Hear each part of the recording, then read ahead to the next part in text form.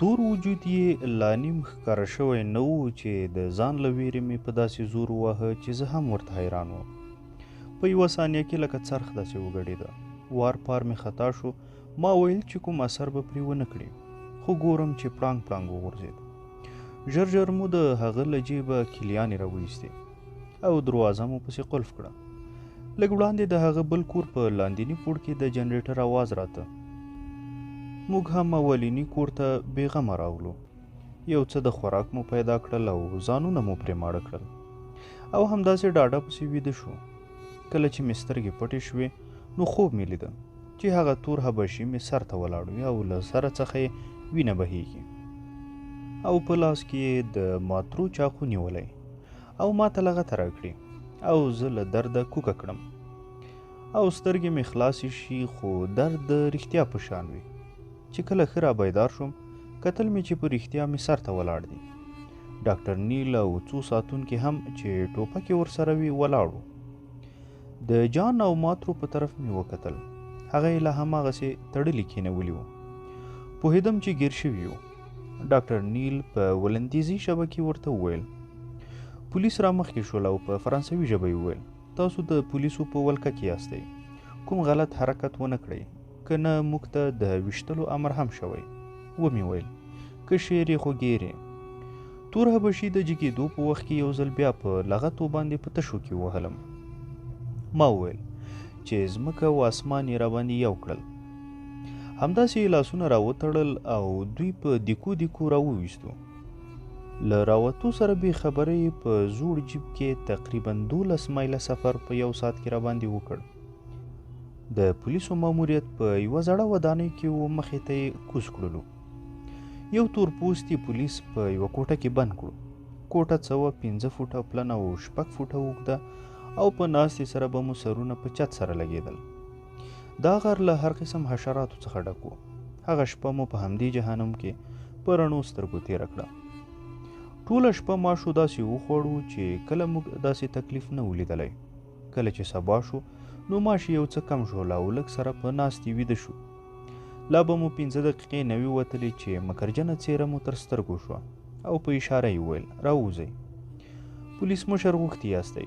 د باندې کوم یو ساعت ولاړ درولي وو او بیا د پولیسو مشر کوټې ته ورننه ایستو. پولیس مشر یو تیز نظره سور انګریز و چې په سپکه څوکۍ ناست و. خواته یې هغه 3 پولیس هم ولاړو، کوم و چې بېګا موږ راوستلي وو. څو نور پولیس هم وو چې سپینه دریشۍ یې اغوستې وې. کوټه یې یو څه یخه وه. د پولیس مشر خپلې عینکې له تندي راکوزې کړې او موږ ته یې ښه ساعت داسې ځیر وو ته به وایي چې په سترګو زموږ د شخصیت تول کوي. بیا یې مخې ته ایښی کاغذ ته وکتل. مخ یې هغه افسر ته ور واړو چې موږ یې نیولي وو. هغه هم په ولندیزۍ ژبه یو لوی تقریر وکړ او د لاس په اشاره یې دومره وپوهېدم چې د هغه حبشي وهونکی ور وښیي. کله چې د هغه اوږدې خبرې پای ته ورسېدې نو مخ یې ماته راواړو او په فرانسوي ژبه یې وویل د ډاکټر نیل لیکلی ریپورټ کې ویلي چې تاسو قاچاقبران یاستئ او زما غلام یې هم وهلی. ډاکټر وایي هغه په سرسخته ضربه خوړلې ده. کله دې څخه هغه مړ شو نو کیدای شي سزا مو مرګ ورسیږي. اوس تاسو د خپل اړخه څه ویل غواړئ؟ د دې په اورېدو مې له پښو ځمکه وتښتېده. له سره مې ورته کیسه بیان کړه چې موږ چیرته بندیان وو او څنګه راوتښتېدو، څنګه په تکلیفونو تر ډاکټر نیل پورې راورسېدو. موږ هغه په یوه کوټه کې بند کړو او موږ له ډاره هغه حبشي وواهه. موږ وویرېدو چې ډاکټر نیل مو ونه وژني. د ډاکټر نیل د نوم په اورېدو سر وښوراوه او یو پولیس ته اشاره وکړه. هغه د باندې ووت. بیا چې راغی په لاس کې یوه دوسیه وه. پولیس مشر خلاصه کړه او یو خط یې ترې راوایست. ویل یې سمه ده پیپلنه، څو ورځې مخکې د فرنیډو له کوم ځای څخه چې موږ راغلي وو پولیس مشر ستا په باره کې خط لیکلی او ښاغلي بوین هم پیژنم. په هر حال موږ هم باید تصدیق کړی وای، خو بیا هم تاسې به څو ورځې دلته په ماموریت کې یئ. ستاسو قضیه نن زه د کوراکاو والي ته لیږم. څنګه چې هغه وویل هماغسې به کیږي. له تاسو هیله کوم چې په دې څو ورځو کې کوم ناقانونه حرکت ونه کړئ چې ستاسو جرم نور هم پسې قوي کړي او دا دعا هم کوي چې هغه تور دیو بچ شي، کنه نو نور اوچت شو. او پولیس ته یې په ولندیزۍ ژبه کې څه سپارښتنې وکړې او رخصت یې کړ. هغه یوې لویې کوټې ته راوستو چې مخکې هم بندیان پکې موجود وو. له ما سره د میرمن بوین ډالر موجود وو. له ساتونکو څخه مې د باندې نه د خوراک هر څه راوغوښتل. له موږ سره چې کوم نور بندیان وو هغه په موږ راټول شول او په ډېر مشکل مې وپوهول چې زموږ جرم څه دی. ټولو له موږ سره همدردي ښکاره کړه او ویل یې چې تاسو به ضرور خلاصیږئ، ځکه چې والي یو زړه سوانده سړی دی. 3 ورځې مو په حیرت سره تېرې کړې. په 4مه ورځ 2 ساتونکو یوازې زه له بند څخه راویستم او د پولیس مشر مخې ته یې ودرولم. کتل مې چې ډاکټر نیل هم ورسره ناست دی. د پولیسو مشر څېره مړاوې ښکارېده او په ډېر افسوس سره یې وویل چې د ډاکټر نیل هغه تور حبشي د ډېرې وینې تویېدو له امله مړ شوی. ستونی مې وچ او بند شو. په خپل مرګ مې یقین شو، ځکه د انګریز په قانون کې د دې سزا په دار زړول وي. ځان مې په دار کې لیده. پولیس مشر وویل او تر کېږه مه، ما ښاغلي بوین ته ستا په اړه لیکلي او ترې غوښتي مې دي چې ځان ژر کوراکاو ته راورسوي، چې ستا قضیه په خپل لاس کې واخلي، چې د تور حبشي کورنۍ به د هغه تاوان واخلي. که هغوی داسې وکړل نو بیا څه نشته. اوس زه مجبور یم چې تر فیصلې کولو پورې تا له ملګرو بیل کړم. زه بښنه غواړم. په همدې وخت کې یې لاسونو ته ولچک راواچول او په داسې ځای کې یې بندي کړم چې تر ټولو تیاره و. کتل مې چې زما نه مخکې یو بل بدنصیبه هم پکې پروت دی چې په لاسو و پښو کې زنځیرونه پراته وو او د ځناور په شان غټ شوی و. زموږ په لیدو سره وښورېده او زما سره راغلي پولیسو ته یې په ولندیزۍ ژبه څه وویل. هغه ګمان کوم زما په باره کې وښورېده. بیا یې په ماته ګوډه فرانسوي وویل د ده نوم انتونیو دی او د کولمبیا اوسیدونکی دی او تر ټولو لوی بدماش، قاچاقبر او قاتل دی. په ډېر مشکل سره موږ نیولی دی. د ده قضیه هم د والي تر نظر لاندې ده او ډېر ژر به په دار وځړول شي. ما احتجاج وکړ چې له داسې ځناور سره مې ولې بندوئ، خو هغه څه ونه ویل. همداسې دروازه یې راپسې بنده کړه او ولاړ. انتونیو همداسې په عجب نظر راته کتل. څه ویلو ته به یې شونډې خلاصې کړې، خو څه یې نه ویل. بیا یې لاس خپلې کاغذي کڅوړې ته ننویست او یوه اوږده شنه اوږدې شوې نلۍ شانتې شی یې راته ونیو. یوه یې راته په خپله خوله کې ونیوه او اور یې ورته بل کړ. وپوهېدم چې سګرټ ته ورته څه دي. بیا یې ماته هم بل کړ. له ځانه سره مې وویل ښه نو د دې ټولو تکلیفو او ستړیو پایله همدا شوه پیپلنه. اوس باید څه وکړم؟ د فرانسوي ظلم نه تښتېدم او د انګریز په ظلم واوښتم. پولیس مشر وویل چې ښاغلی بوین به راشي او ستا قضیه به په خپل لاس کې واخلي، خو وبه یې ګټي او که نه دا خو ثابته شوې وه چې حبشي زما د لاسه وژل شوی و. نو ښاغلي بوین به زما وکالت څه وکړي؟ همداسې په صلحاو وسوسو مې په ذهن کې سرونه راوچت کړي وو. ماترو او جان فکر ته راغلل چې هغوی به خبر وي که نه. کیدای شي زما په دې جرم هغوی هم راکش کړل شي. هېڅ نه پوهېدم چې وخت څنګه تېرېږي، شپه ده او که ورځ. خپلو غمونو او اندېښنو په سر اخیستی وم. انټونیو ته مې کتل چې په کڅوړه به یې لاس ننیوست او یو څه به یې ترې راویستل. په خوله کې به یې واچول، زما خواته نه راتاو نه یې څه ویل. کیدای شي سوچ یې کاوه چې زه له هغه نه لوی بدماش یا قاتل یم. تیاره چې کله ښه زیاته شوه نو یو تور پوستی ساتونکي لاټین راوړ. د اوسپنې له پنجرې نه یې لاټین راته ونیو. بې له ویلو مې ترې واخیست او یوې لوري ته مې کېښود. لږ وروسته بل راغی. یو کمبل او یو څو لوښي راته ونیول. ومې کتل چې لږې وریجې او لږ څه نور شیان، خو زما لوږه او تنده الوتې وه. انتونیو بیا هماغه پاڼه راته ونیوله، خو په ژبه راسره نه پوهېدو. د سر په اشاره مې نه ورته وکړل. لږ سر مسکی شو او بیا یې په کڅوړه کې لاس ننیست. دا وار یې یو 4 انچه سګرټ راویست. ما ته یې ونیو. ما ترې واخیست او لاټین څخه مې بل کړ. نه پوهېږم چې څه قسم تمباکو پکې وو. په 2 کشو یې نشې بلې نړۍ ته ورسولم او له ذهن نه مې هر غم اندېښنه والوتل. همداسې مو په سګرټ سره دوستي آغاز وشو. بیا راته په خپله ژبه کې لګیا و. یو اوږد مجلس یې واچاو. کله چې وپوهېده چې سر مې نه پرې خلاصېږي نو پر ځمکه یې یوه نقشه وکښله او زه یې پرې وپوهولم چې په کومو ځایونو کې زما کاروبار او په کومو علاقو کې لا اوس هم شته. انتونیو د چرسو او افیمو نورو نشهیي توکو نه پرته د انسانانو د خرڅلاو کاروبار او د وسلو کاروبار هم لره او د اروپا په جزیره کې خپل مرکزي ځای هم لره. په اشارو یې وپوهولم چې 50-60 کسان مې په خپل لاس وژلي او زما په نیولو یې 10,000 انګلیسي پاونډه جایزه هم انګریزانو ایښې وه. څه موده مخکې مې د کوراکاو په ساحل کې 2 ساتونکي وژلي وو چې همدلته یې له ډېره جنګ وروسته یوازې زه ونیولم. بیا یې اشاره وکړه چې دا خلک هر څومره کوښښ وکړي ما به د دار تختې ته ونه رسوي.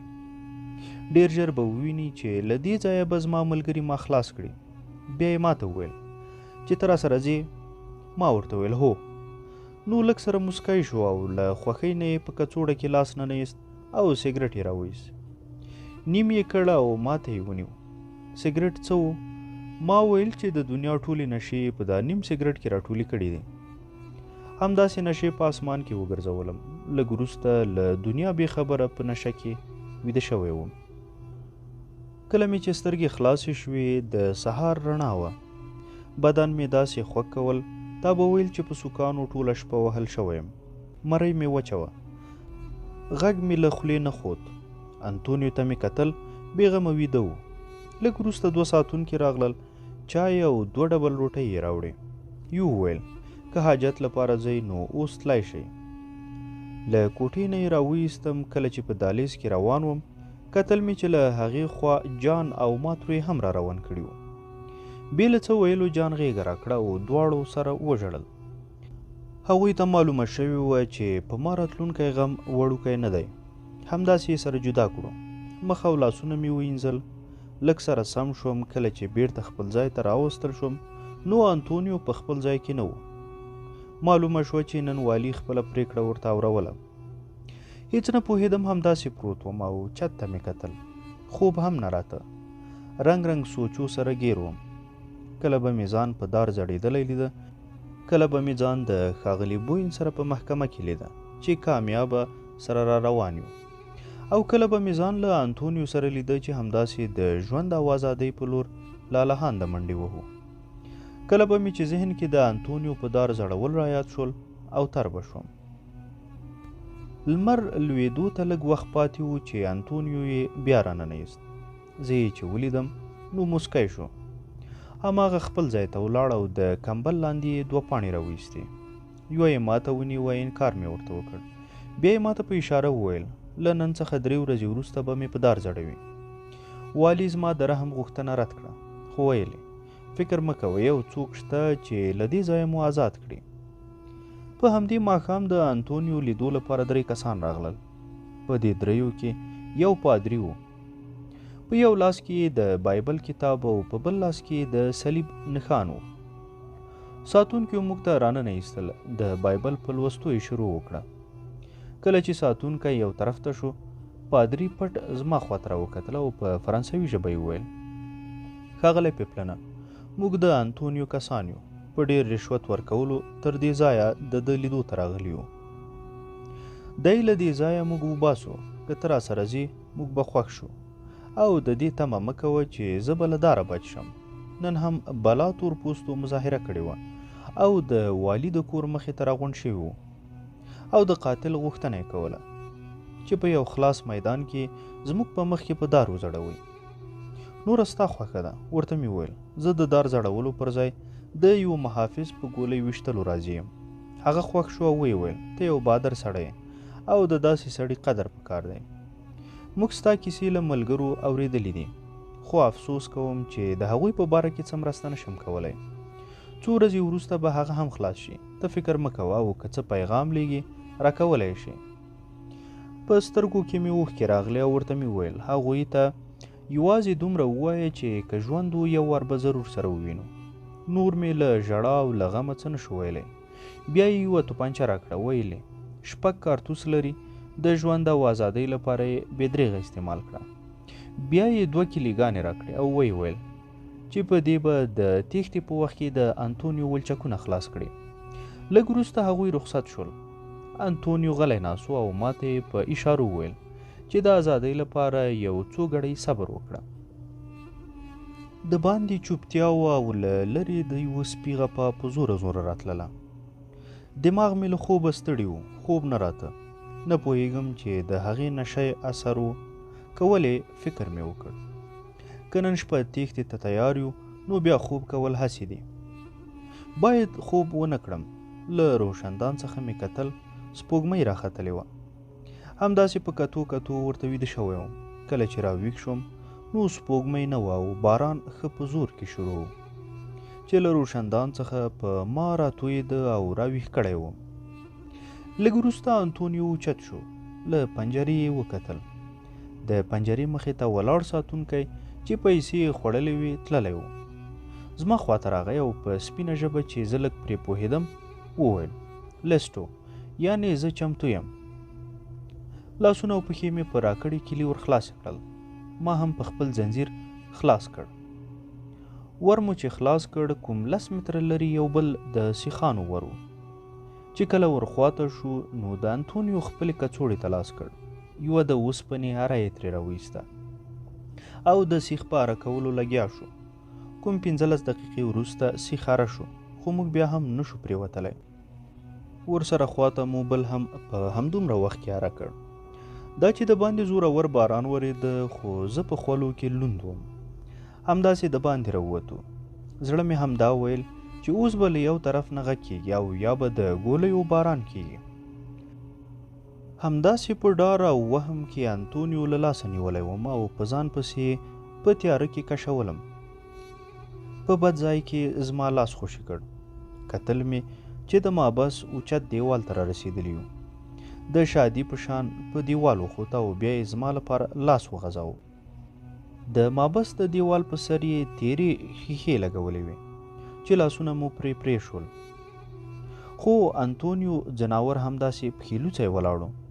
همداسې موږ په تیاره کې له دیوال څخه ټوپونه واچول. اخو اوخ ته مو وخت نه لره. همداسې په انټونیو پسې په تیاره کې په ځغاسته وم. د باران اوبه په هر ځای کې ولاړې وې، کله غورځېدلی او کله ښویېدلی. خو هیڅ په ځان نه پوهېدم چې څومره زور چې راکې و د ازادۍ لپاره مې مصرفاوه. له لږ مزله وروسته په یو خوا ځنګل ورننوتو. زړه مې له ډېرې ستړیا خولې ته راغی. خو انتونیو ځناور داسې روانو ته به وایي چې مسابقه یې ده راسره. انتونیو به کله کله په غوسه له ځان سره وبړېده. کېدای شي خپلو ملګرو ته به په غوسه و چې ولې په لار کې نه ولاړ. خو موږ په وچه منډه کله چې لمر څرک واهه او رڼا شوه نو کتل مې چې موږ سمندر ته راوتلي وو. دا د جزیرې جنوبي ساحل و. د ساحل په غاړه څو کوډلې ولاړې وې او په ساحل څو جنیټري کښتۍ هم ولاړې وې. د انتونیو په اشاره یوې کوډلې ته ورننوتو. څو کسان پکې پراته وو. انتونیو په لغته یو وواهه او په زوره زوره زما په فکر بد رد ورته وویل. کله چې هغوی انتونیو ولید ټول په پښو کې ورته څملاستل. د ټولو په څیرو ویره خوره وه. انتونیو په خپله ژبه کې څه وویل. کوم 10 دقیقې وروسته په یوه وړه کښتۍ کې چې په جنریټر چلیدله په سمندر کې مو په تیزۍ سره شمال طرف ته مزل کاوه. په بیړۍ کې ولاړ کسانو ته انتونیو خبرې کولې. هغوی په ادب ولاړو او سرونه یې لکه د غلامانو ښکته نیولي وو. کله چې ماښام شو هغه سړی هم راغی کوم چې د پادري په شکل کې مابس ته راغلی و. په لیدو ورته زیات خوښ شوم ځکه چې هغه په فرانسوي ژبه ښه پوهېده. کله چې سره یو ځای شو په خوښۍ یې وویل ازادي دې مبارک شه ښاغلی پیپلنه. دلته ډیر نشو پاتېدی. دلته هم د انتونیو لپاره خطر شته او نه انتونیو پاتې کیږي. او ته پوهیږي چې له انتونیو نه برټانوي حکومت هم ډاریږي. والی د دې لپاره چې تورپوستي خفه نه شي او خپل وقار هم پر ځای پاتې شي موږ ته یې ځکه د دار په زړولو پرېکړه واوروله. که هغه داسې نه وای کړي نو تورپوستي بیا بغاوت ته آماده کېدل. موږ د والي په سلا انتونیو له مابس څخه راوتښتو. خو والي له موږ غوښتنه کړې وه چې پیپلن هم در سره وباسئ، ځکه چې تورپوست یې د مرګ غوښتنه کوي. ایله زه اوس وپوهېدم چې له دې دومره ساتونکو سره سره په موږ ولې چا غږ ونه کړ. په زړه کې مې له والي څخه مننه وکړه. پادري وویل: اوس څه اراده لرې؟ زه خو وایم چې د انتونیو په ډله کې شریک شه، مزې به وکړې. ومې ویل که له دوی سره شوم نن ښه دی، سبا څه معلومه انتونیو د ځناورو خوی لري چې د برټانیې حکومت ترې ویره لري او په خپل لاس یې آزادوي، نو زه خو یې ګرد هم نه یم. په خپله یې هم ویل 50-60 کسان مې وژلي. همدې سوچونو کې ډوب وم چې هغه بیا وویل: پیپلنه، لامبو دې زده ده؟ زه ونه پوهېدم چې د دې سوال نه یې مطلب څه دی. په نزړه مې ورته وویل: یو څه مې زده ده. بیا یې وویل: ډېر ښه، ډېر ښه، ته خو د کار سړی یې او زما په فکر انتونیو به د دې خبرې په اورېدو خوښ شي. موږ به ډېر ژر ستا لپاره یو کار پیدا کړو. ښه ته اوس ارام وکړه، خبرې به بیا وکړو. او لاس یې راکړه او لاړل. زه په سوچ کې وم چې دا به څنګه کار وي چې په لامبو وهلو ترسره کېږي. سترګې مې سره پټې کړې او بلا شکونه مې په ذهن کې راولاړو. کله چې ویده شوم نو تږی وم. سترګې مې یو بل خواته واړولې، څه نه و، خو په بوتل کې ژیړ څه پراته وو. ور جګ شوم، کتل مې چې شرابو ته ورته خوند لري. همداسې ورته کېناستم، غړپونه مې ترې کول. کله چې خلاص شول نو خوب هم راغی او دماغ مې هم په سکون شول. همدا چې پسې ویده شوی وم او پسې ویده شوی وم. کله چې راویښ شوم نو په تیاره کې پروت وم. ځان ته مې حرکت ورکاوه خو هیڅ نه کېدل. کله چې ښه بیدار شوم یو نوی احساس را ژوندی و. هغه دا و چې لاس او پښې مې تړل شوي وو. چغه مې کړه، هغه هم نه وته. ما ویل چې په زیرزمینۍ کې پروت یم، خو نه، غږ مې ځکه نه و چې په خوله مې هم یو مضبوط ټوکر تړل شوی و. لږ وروسته مې دربا واورېده چې په کرار کرار راخواته کېده. کتل مې چې ور خلاص شو او د لمر رڼا زما په سترګو ولګېده. یو وحشي سړی چې قد یې له 6 فوټو لوړ و، په تن نیم لوڅه او په څنګ پورې یو خنجر او په لاس کې 2 میله ټوپک نیولی و، راخواته شو. له ویښتو یې ونیولم او ځان ته یې خواته کړم چې له ما کومه خطا شوې. چې دا سلوک را سره کېږي. سړي ولیدم چې زه په هوښ کې یم، نو د باندې یې په زوره غږ وکړ. یوه جلۍ وه چې د 20 کالو به وه او ښه ښایسته وه. ژر را ننوته. سړي ورته څه وویل او ټوپک یې ماته ونیو. جلۍ ژر ژر لاس او پښې را باندې خلاص کړل. کله چې ولاړ شوم نو سړي ټوپک په سینه را کېښو. جلۍ یو ځل بیا ورته وویل او په یوه لوښي کې اوبه راته ونیولې. کله مې چې اوبه وڅښلې ورته مې وویل مننه، خو هیڅ سره نه پوهېدو چې د جلۍ په سترګو کې خلوص، مینه او محبت و. داسې محبت چې د یو مجبور سړي په لیدو د هرې ښځې په سترګو کې وي. سړي په اشاره راته د تلو وویل. حیراني مې هلته زیاته شوه چې کله وپوهېدم هماغه ځای نه و. دا د وحشي قبایلو علاقه وه او هر طرف ته له لرګیو جوړ سفرونه وو. ما فکر کاوه چې همدا موږ درې یو، خو کتل مې چې له هر څپرګي بلا وحشي قبایل چې نر او ښځې، واړه او زاړه زما لیدو ته راووتل. ښځو ځینو په بدنونو څه کالي تړلي وو او څه لوڅې ولاړې وې او د بدن کم ځایونه یې پټ کړي وو. ځینې سړي به راتلل او زما په بدن به یې لاس تېراوه. ته به وایې چې حلالولو ته یې راوستی یم او غوښه مې ګوري چې مزه یم که خوار. یوه جلۍ هم راخواته شوه او زما په بدن یې لاس تېراوه، خو له ما سره راغلې جلۍ پورې وهله او داسې یې ښوده ته به وایې چې زه یوازې د هغې ملکیت یم. هغې جلۍ ته یې نه پوهېږم څه وویل، خو ضرور یې کنځله او بدرد ورته وویل. له ځانه سره مې وویل دا ځل نو سم سره ونښتې پپلنه، دا خلک به دې بوټۍ بوټۍ وخوري. کومې جلۍ ته یې چې دیکا ورکړه هغه په غوسه شوه او له ما سره راغلې جلۍ سره په جنګ شوه. څپېړو او لغتونه نیولې په هر څه وهلې سره شروع کړل. عجبه وه، ټول ورته په سیل وو او دوی ځانونه سره په سرو وینو ولړل. په بدن یې چې کومې ټوټې تړلې وې هغه وشکېدې. کوم 15 دقیقې دا جنګ روان و. لږ وروسته هغه بله جلۍ ډېره ژوبله او یو زوړ واشي چې زما سره راغلې جلۍ ترې ونیوله او جلۍ یې خواته څپرګي ته ننه ایسته او هغه بله زما په طرف راغله او راته مسکی وه. داسې لکه زه چې په مسابقه کې ترې ګټلی وم. بیا یې په خپله ژبه کې څه وویل، خو زه پرې ونه پوهېدم. یوازې دومره یې وویل چې زه پرې وپوهېدم انګلینډ. ما ورته وویل نه، فرانسوي. سر یې وښوراوه او لاس یې راته ونیو. لاس مې ورکړ. هغه په فرانسوي، انګریزي او هسپانوي ژبو ګډه وډه لګیا وه او پوهولم یې چې ته یې په موږ خرڅ کړی او باید هر حکم د یو وفاداره سپي په شان د خپل مالک ومنې. او که انکار وکړې بیا نو هغه تورپوستي خنجر او ټوپک راته وښودل. نور نو څه ویلو ته حاجت پاتې نه و. یو بل خواته مې کتل چې تر لرې لرې پورې همدغه وحشیان پراته وو او له ټولې علاقې نه یې ونې او بوټي داسې صفا کړي وو چې تر نظر لګېدو پورې انسان لیدل کېده. ورته مې وویل ښه نو زما په اخیستو تاسو ته څه په لاس درځي؟ زه خو کوم کمال نه لرم. سره موسکي شو. ویل یې تاسې سپین پوستي یئ، ولې زموږ په مریتوب ګوتنیونه کوئ؟ حال دا چې موږ دومره ظلم هم نه کوو څومره چې تاسې سپین پوستي زموږ له تور نسله سره کوئ. بس تا کار یوازې دا دی چې د سمندر په ساحل کې یو قسم غمي دي او موږ خبر یو چې ته یو ښه لامبوزن یې. بس غوټه وهه، غمي راوباسه او موږ به په هغو غمیو کې هم ستا برخه درکوو. کله چې ستا د مریتوب وخت پای ته ورسید نو له ځانه سره به ډېر شی غمي هم ویسې. په خرڅېدو یې ډېرې پیسې په لاس درتللی شي. حق حیران وم، نه پوهېږم چې هغه پادري لعنتي زما په باره کې څه ورته ویلي وو او زه یې پرې خرڅ کړی وم. خیر لامبو خو مې زده وه، خو د سمندر لاندې تل ته کوزېدل، بیا غمي پیدا کول او راختل دا زما د وس خبره نه وه.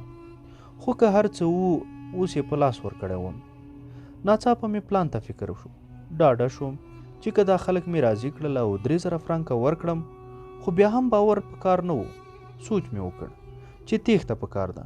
مرګ خو دلته په اوسېدو هم مرګ دی او که په تېښته کې مړ شوم هم پروا نه کوي، ځکه د ژوند په لور خو به مې هڅې کړې وي. همدغه جلۍ یو څه ډېره راباندې ماته وه. فکر مې وکړ چې د دې نه باید ګټه واخلم او وتښتم.